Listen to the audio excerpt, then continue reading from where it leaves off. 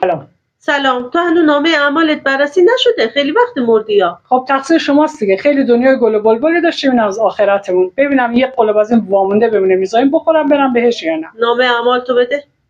با منی؟ کس دیگه اینجا هست؟ چقدر آشنایی، یه جایی دیدمت. نه خیر ندیدیم. منم شوکت مریض‌آبادی نیستم. جلل الخالق.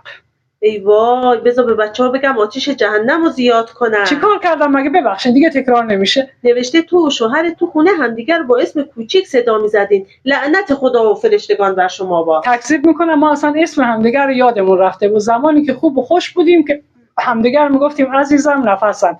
وقتی هم که بد بودیم که بیشتر اوقات تو این شرایط بودیم به همدیگه میگفتیم هوی یاره. یاره یعنی چی؟ یعنی آها یارو. ما نیز خراسانیم. اصالت و لهجه خیلی برام مهمه. میخواستم الگوی مناسبی برای بچه‌ام باشم. کم کنین اسم کوچیک صدا نزدن. یه قلب از این بخورم. تداخل نداره. شوکت تویی.